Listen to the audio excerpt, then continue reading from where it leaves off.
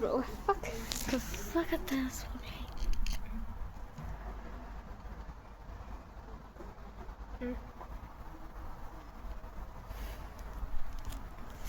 Du.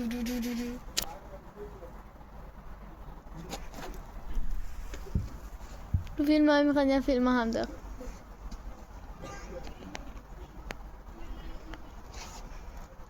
Vi stopper ikke med at filme dem. Skal jeg poste på YouTube, Instagram? Har du TikTok? Jeg må ikke få TikTok. Nej. Ingen af min familie. Der er kommet en familieregel. Rent faktisk for alle i min familie. Jeg må ikke få TikTok. Alle på min mors side må ikke få TikTok.